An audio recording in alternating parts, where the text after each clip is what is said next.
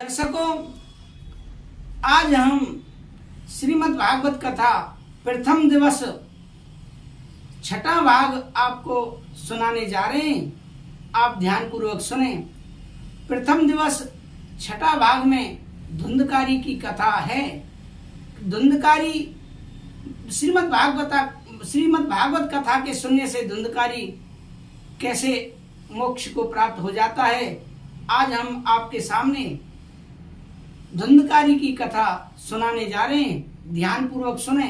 Video थोड़ी बड़ी हो सकती है, वीडियो को काटे नहीं।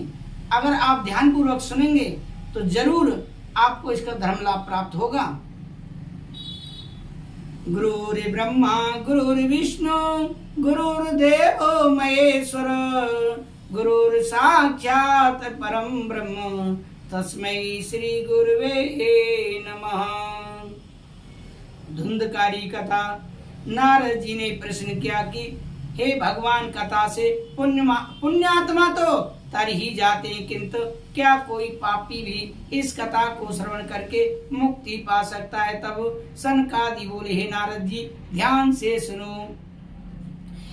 ये मानवा पाप कृतस्तो सर्वदा सदा दुराचार रता विमार्गगा क्रोधाग्नि दग्धा कुटलाश्च च कामन सप्ता यज्ञेन कलो पुनन्ति ते। नारद जी बोले, वाह महाराज, गजब कर दिया आपने। जीते जी की बात छोड़ दो, मरने के बाद भी सुनकर तर जाए, ऐसा कभी आज तक संभव हुआ है? कोई प्रमाण है क्या? सनकादियों ने कहा, नारद जी, जो मनुष्य सदैव पाप कर्म में लिप्त रहते हैं, दुराचारी हैं, कुटिल हैं, कामी हैं, ऐसे जीव भी यदि एक बार भागवत सप्ताह को श्रवण कर लेते हैं तो उनकी मुक्ति हो जाती है। तुंगभद्रा तटे पूर्वम भूतपत् तनमुत्तमम् यत्र वर्णा स्वधर्मेण सत्य कर्म तत्परा। हे नारद जी, तुंगभद्रा नदी के तट पर उत्तम नाम का नगर था। वहाँ एक आत्मदेव नाम के ब्राह्मण रहते थे। उनकी पत्नी का नाम धुंधली था।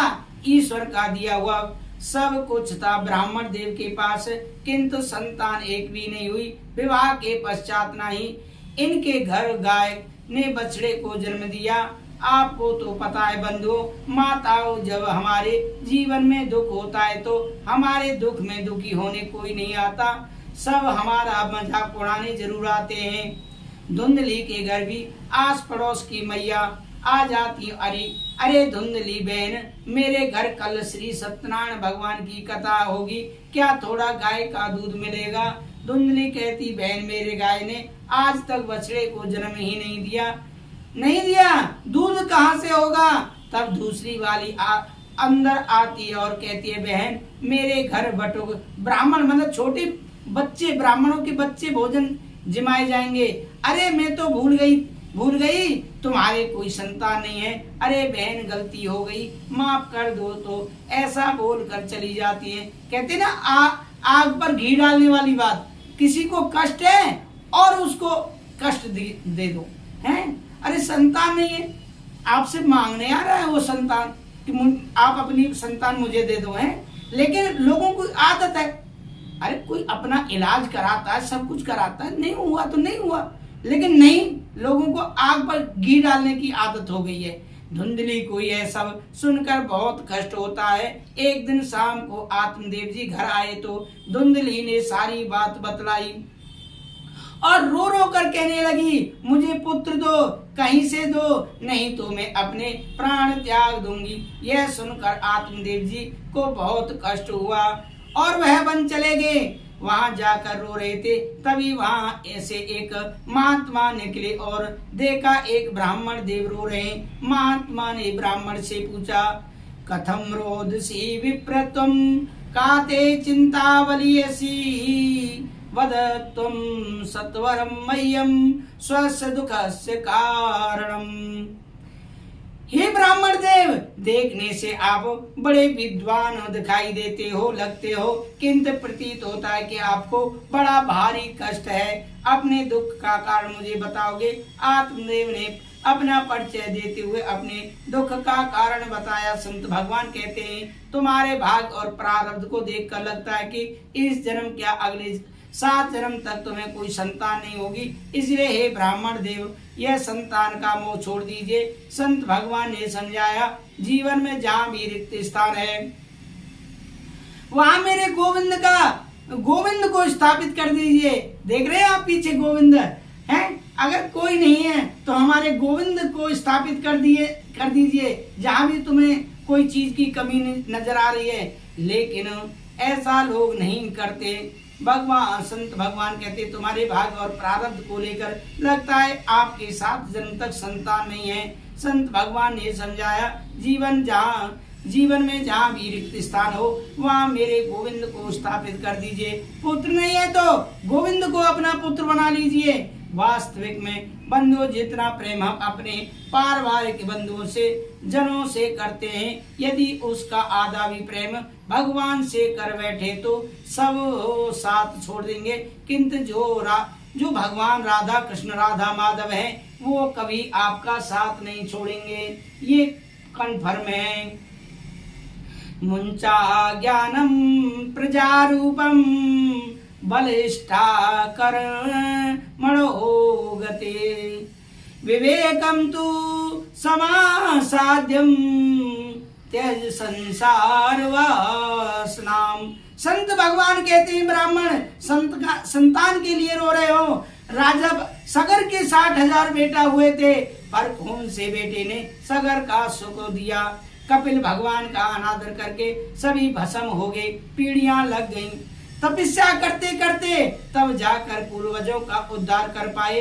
धर्मात्मा अंग का नाम सुना होगा, संतानहीन थे, बड़े बड़े यज्ञ किए, तब जाकर देख बेटा हुआ तो सो निकला महानास्तिक बेन। ऐसा नास्तिक, कितना नास्तिक कि धर्मात्मा का नाम सुना होगा, बड़ा नास्तिक बेन निकला। घर छोड़कर बाप को ही भागना पड़ा तो बेटे को हो जाने से तुम सुखी हो जाओगे, इसका क्या परिचय है? आत्मदेव ब्राह्मण ने कहा, सुनो महाराज जी, यह प्रवचन देना तो मुझे भी बहुत आता है। आत्मदेव जी कह रहे संत भगवान से कि ऐसा वचन देने तो मुझे भी बहुत आता है, मुझे तो संतान चाहिए, संतान का भूत सवार है उसको, है। संत भगवान समझा रहे हैं, लेकिन नहीं समझ में आ रहा है। मैं भी पढ़ा लिखा हूँ। अरे आप बाबा बैरागी बेटे का सुख जानते ही क्या हो? छोटे छोटे बच्चे पापा पापा कहते हैं, तुतला तुतला कर मीठी मीठी बातें करते हैं तो कितना आनंद आता है, कानों में रसगुल्ला सा घुल जाता है। उस तोतली वाणी सुनने के लिए मेरे कान सब कब से तरस रहे हैं। मुझसे कोई बात करने वाला बालक ही घर में नहीं है। छोटे छोटे बच्चों की किलकारियों से गूंजते हुए घर गृहस्थी का आनंद ही कुछ अनोखा होता है। मुझे आपका कोई प्रवचन नहीं सुनना है, मुझे तो बेटा चाहिए। संत समझ गए कि ऐसे बेटे का भूत सवार है, इस समय और कुछ नहीं सुनेगा। संत जी बोले, सुनो ब्राह्मण, मैंने तेरे ललाट की रेखाओं को पढ़ लिया है। तेरे माथे पे स्पष्ट लिखा है, सप्त जन्मावधि तव पुत्रो नेव च। तू आज की बात छोड़, 7 जन्म तक तुझे कोई संतान नहीं होगी। इतना सुनते ही ब्राह्मण का दुख और 7 गुना हो गया। जोर जोर से सिर उठाकर संत के चरणों में पटका। संत जी घबरा गए, अरे ब्राह्मण क्या कर रहे हो, मर जाओगे। ब्राह्मण ने कहा, मरने तो बेटा ही था, मैं अपने दुख से वैसे ही मर रहा था। आपने दुख दूर करने की जगह और 7 गुना बढ़ा दिया। मैं तो उसी जन्म के लिए रो रहा था, अब आपने 7 जन्मों का हिसाब और सुना दिया। अब या तो मुझे बेटा दो महाराज, नहीं तो दूसरे बार इतनी जोर से सिर पटकूंगा कि मेरे प्राण ही निकल जाएंगे। मैं तो निश्चित मर जाऊंगा, पर आपको जरूर ब्रह्म हत्या लगेगी। मुझ ब्राह्मण का कोई कष्ट है, उसके कारण आप जो कष्ट है उसके कारण आप बनोगे। संत जी की धड़कन और तेज हो गई। भगवान, यह व्यर्थ की ब्रह्म हत्या मोल ले ली हमने, अब यह कहता है कि इसकी मृत्यु का कलंक हमें लगेगा। भाई मैंने क्या किया तेरा, सोच विचार कर। संत जी ने कहा, सुनो ऐसा ना करो भैया, जब विधाता ने तुम्हारे ललाट पर संतान का सुख नहीं लिखा है तो मैं कहाँ से दूंगा। ब्राह्मण बोला, कहीं से भी दो महाराज, मुझे इतना विश्वास है कि संतों का वचन पर विधाता को भी विचार करना पड़ता है।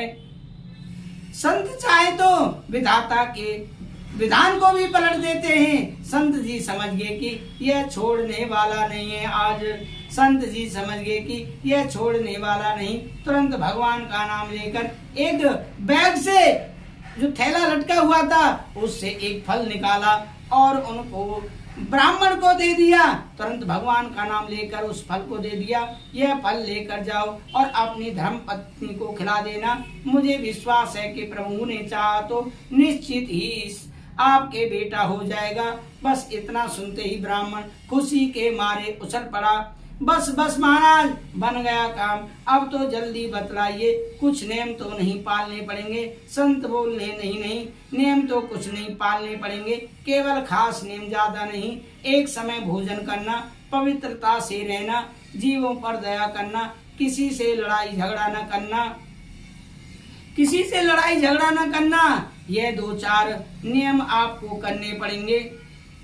नियम यदि तुमने ठीक से पालन किए तो बहुत सुंदर बेटा हो जाएगा। सुनते ही ब्राह्मण ने संत जी को साष्टांग दंडवत प्रणाम किया और फल हाथ में लेकर घर को दौड़ लगाई। घर आकर आत्मदेव ने अपनी पत्नी से कहा, सुनती हो, देखो क्या सुंदर स्वाद।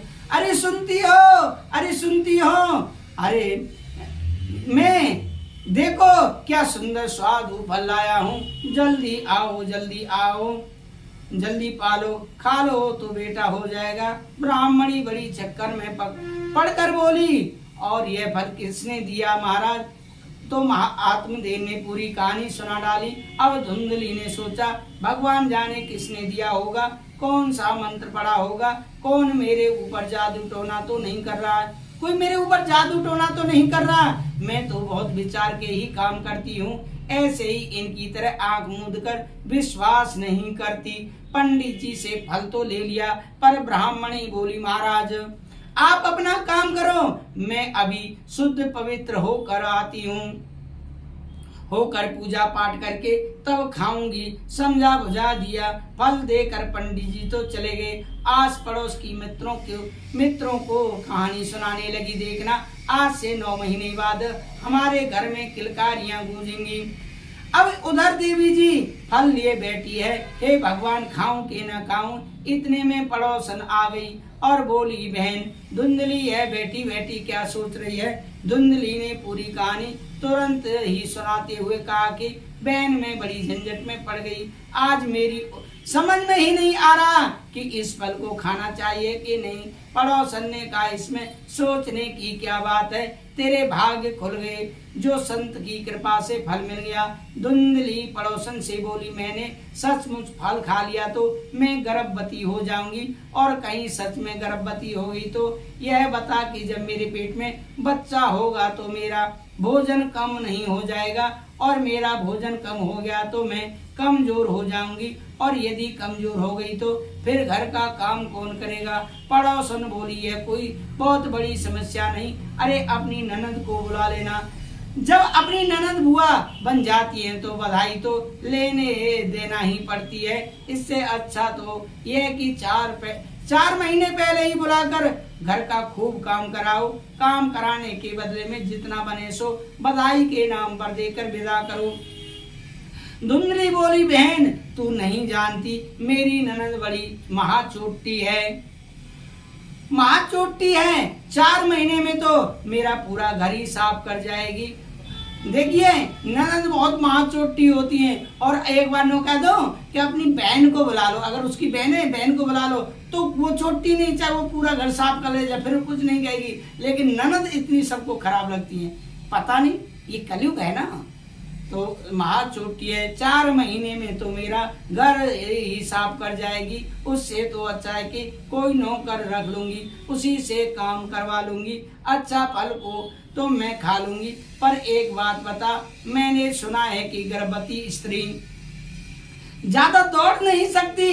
पड़ोसन बोली, तुझे कहाँ दौड़ना भागना है, तू घर में आराम करना। धुंधली बोली, घर में आराम तो करूंगी, पर अचानक यदि भूकंप आ गया तब ये घर में ही आग लग गई, तब देख बहन कब भागना पड़ जाए, कोई भरोसा नहीं। और कुछ भी दुर्घटना हुई तो सब तो भाग अलग खड़े होंगे और मरना तो मेरा होगा, मैं कैसे भागूंगी। पड़ोसन बोली, हे भगवान, तू क्या ऊट पटांग बातें सोच रही है, यह सब सोचना बंद कर, भगवान का नाम लेकर फल खा ले। अच्छा बहन, तू कहती है तो मैं खा लेती हूँ, पर एक बात और बता, मैंने ऐसा सुना है कि सुखदेव जी महाराज माँ के पेट में 12 साल तक रहे, यह बात सत्य है। पड़ोसन बोली, हाँ बहन, सुना तो मैंने भी है ऐसा ही। धुंधली बोली कि भगवान, कहीं मेरा बेटा भी 4 साल रह गया, 2-4 साल रह गया तो मैं तो बिना मौत के ही मर जाऊंगी। देख बहन, पहले तो बालक को जन्म देने में समझो कि माँ का दूसरा जन्म होता है, और जन्म सकुशल हो जाए तो बालक लालन पालन में बड़े कष्ट। इसीलिए मैंने तो एक निर्णय लिया है कि इस झंझट में मुझे पड़ना ही नहीं। पड़ोसन ने कहा, तेरी बुद्धि में जो आवे सो हो कर। इस प्रकार समझा बुझाकर तो परेशान होकर बेचारी चली गई, पर धुंधली ने इतने कुतर्क किया कि अंतो गत्वा उस फल को खाया ही नहीं। पति देव लौटकर शाम को आए और पूछा, देवी फल खा लिया? पंडित जी को संतुष्ट करते हुए कहा, हाँ महाराज, वह तो तभी खा लिया था। दूसरे दिन उसकी छोटी बहन मिलने आई। धुंधली बोली, अरे बहन, तू खूब आई, आज मैं ऐसे चक्कर में फंसी हूँ, तू मेरा कुछ समाधान कर। धुंधली ने पूरी कहानी अपनी बहन को सुना दी। छोटी बहन यही चाहती थी कि इसके कोई संतान ना हो। मेरे कोई बच्चे नहीं है, एक बच्चा भी दे, मेरे कई बच्चे हैं। बहन बोली, वो सोचती थी कि मेरे कई बच्चे हैं, मेरे बच्चे को गोद ले ले, एक बच्चा भी दे दूंगी तो इसका सारा माल मेरा हो जाएगा। छोटी बहन ने और माथा खराब कर दिया। ए बहन, बातों में मत आना, यह बाबा बैरागी दुनिया को पागल बनाते फिरते हैं। फल खाने से कहीं बेटा होते तो सब बकवास है। अरे तुझे थोड़ी सी सच्चाई मालूम पड़ती है तो इस फल का प्रयोग तू अपनी गाय पर क्यों नहीं करती? वर्षों से ये गैया तेरे घर पर बंधी है, उस गाय को फल खिलाकर देखी क्या होता है। और तू अपनी चिंता मत कर, मैं इस समय गर्भवती हूँ, अब की बार जो मेरे बच्चा होगा वह तेरा ही है, तुझे ही दे दूंगी। रही बात पतिदेव की, तो थोड़ा सा पैसा दे देना, मैं उनका मुंह बंद कर दूंगी, किसी को कानों कान भनक नहीं पड़ेगी, तुझे कोई कष्ट नहीं होगा, बेटा का बेटा मिल जाएगा। अरे मुझ में तुझ में अंतर ही क्या है? अंतर ही क्या है? अरे मेरे में और तेरे में अंतर ही क्या है? धुंधली छोटी बहन की बातों पर प्रसन्न हो गई। बहन हो तो ऐसी हो, तूने मेरी सारी समस्या ही हल कर दी, एक क्षण में दूर कर दी, अपना बेटा जरूर दे देना। उसने बहन की बातों में आकर अपनी गाय को चुपचाप फल खिला दिया। देखिए, अब आज का एपिसोड बहुत लंबा हो जाएगा, तो इसीलिए हम धुंधकारी की कथा को यहीं विश्राम देते हैं, और कल जो है का गाय से गौकर्ण पैदा होंगे और धुंधली से जो है का धुंधकारी पैदा होंगे हैं। अगले एपिसोड में आप सुन पाएंगे। आज की कथा हम यहीं विश्राम करते हैं। इसी के साथ मैं आपसे विदा लेता हूँ। राधे राधे, जय श्री राधे।